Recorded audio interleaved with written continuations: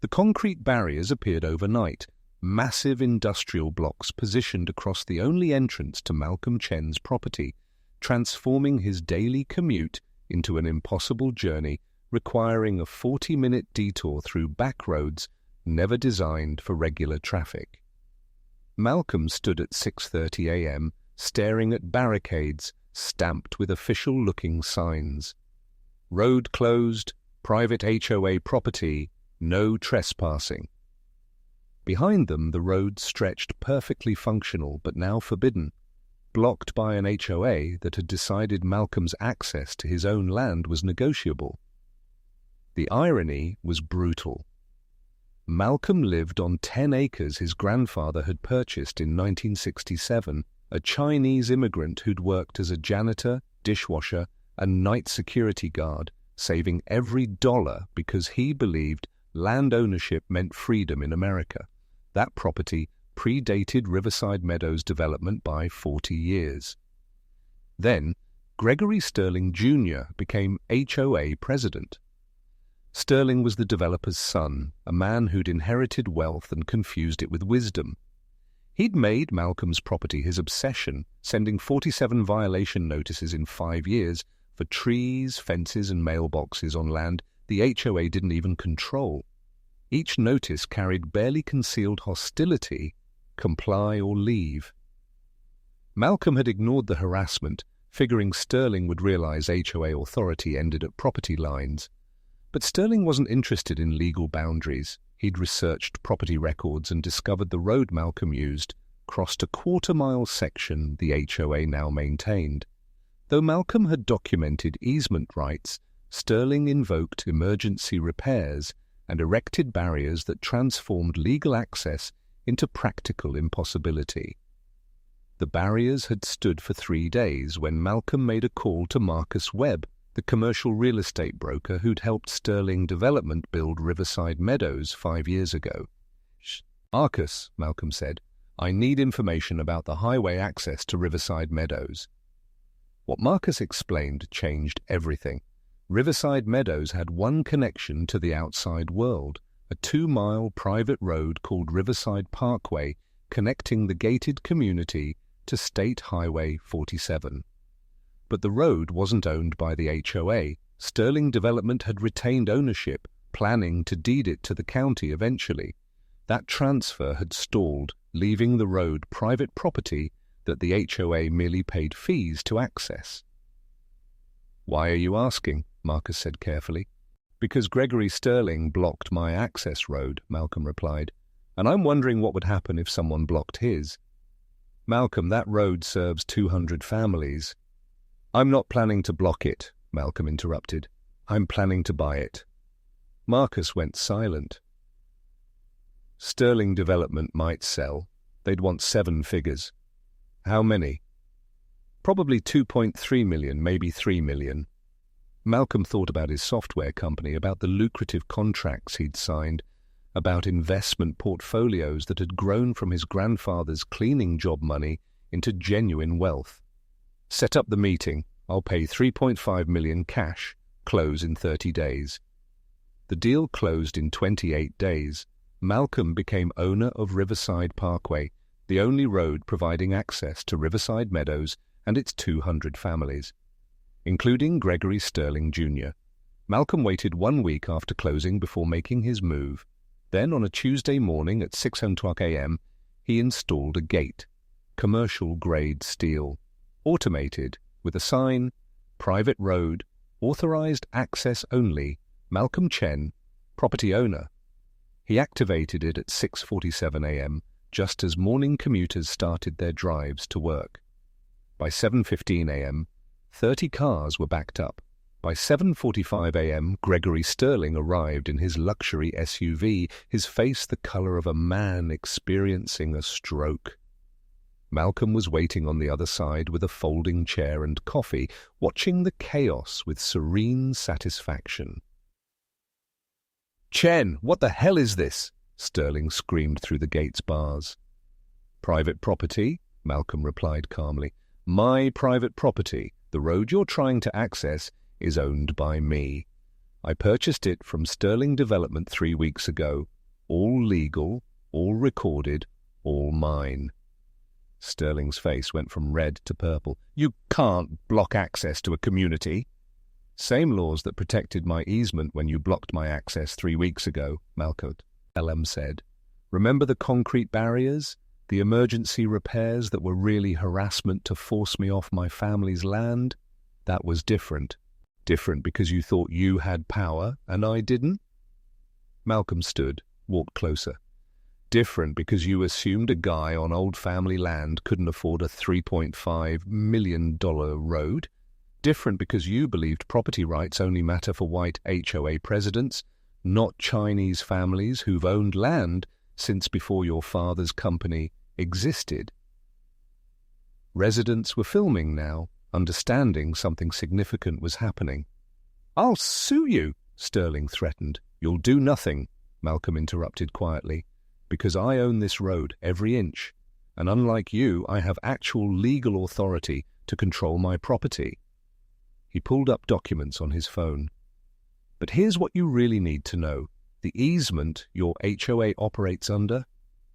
Temporary agreement with Sterling Development, renewable every 5 years. Renewal is due in 3 months, and the new owner, me, has sole discretion whether to renew, modify or terminate it. Sterling's lawyer arrived, read the document, and her expression confirmed the catastrophe. Everyone can leave, Malcolm said, opening the gate with his phone.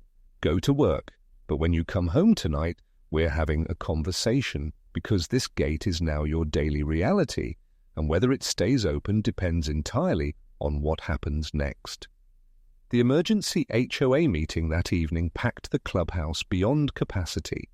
Malcolm arrived with his lawyer, Patricia Wong, facing a room of furious and frightened residents who just learned their exclusive community was now subject to the man they'd spent 5 years trying to force out.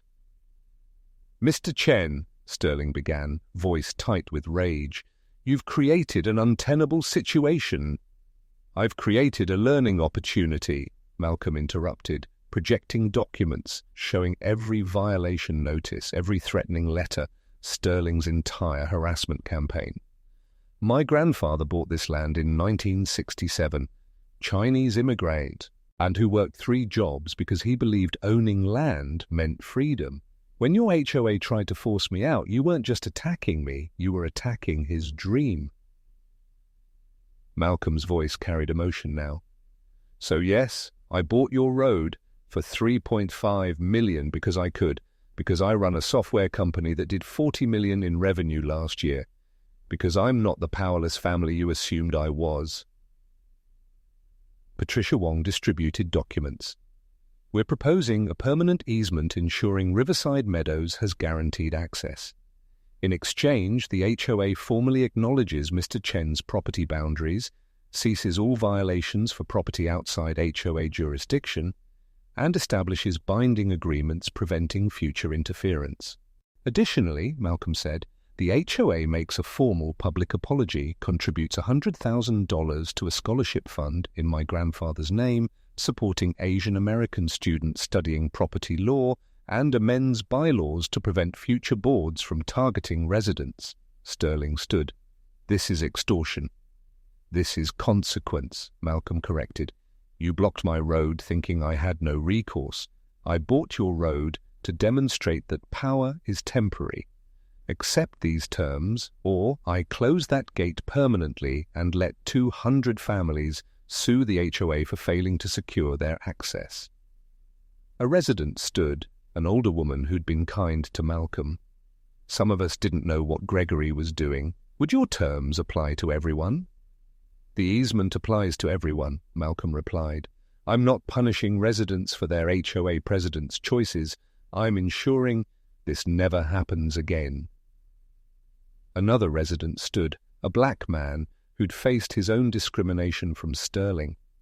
Mr. Chen, I support your terms completely.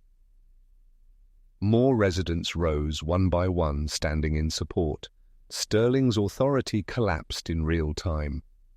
Every board member except Sterling voted to accept Malcolm's terms. 6 months later, Malcolm stood on his grandfather's land, watching sunrise paint the sky in colors his grandfather had loved. The gate at Riverside Parkway remained but stayed open, a permanent reminder of what had happened, of justice delivered through property rights defended. The scholarship fund had awarded its first grants. Gregory Sterling had resigned, citing health concerns, though everyone knew the real reason: complete defeat. New leadership established transparent policies preventing the targeting Malcolm had endured.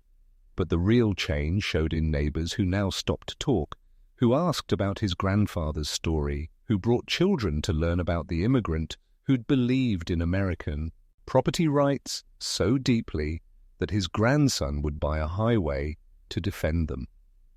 Malcolm's sister Jennifer visited with her kids, who loved exploring their great-grandfather's land. "Do you think grandfather knew we'd have to fight to keep it?" she asked. Malcolm thought about his grandfather's letters, about ownership and legacy. "I think he knew ownership alone isn't protection. I think he knew we'd have to defend it. And I think he'd be proud that when the time came, we fought back with the same determination he used to buy it." The sun painted the landscape in clear morning light. The land Malcolm's grandfather had purchased with cleaning job money, the community that had tried to take it, the highway Malcolm had bought to defend it, and the future belonging to children who'd never questioned their right to exist on their own family's property. Gregory Sterling had blocked Malcolm's road, expecting compliance or surrender. He'd gotten neither. He'd gotten a lesson in what happens when people confuse authority with power, when they assume ownership is negotiable, when they forget that property rights belong to everyone. Malcolm had bought the highway leading to them. And in that transaction, justice arrived with a price tag that went beyond money. It carried the weight of legacy, the force of principle, and the undeniable truth that some things aren't for sale at any price. The HOA had blocked his road. He'd bought their highway. And in doing so, he'd proved that his grandfather's American dream wasn't just possible. It was defensible, sustainable, and strong enough to withstand any attempt to steal it through harassment or abuse of authority. Sterling learned that lesson too late, but the community learned it perfectly. And that made all the difference.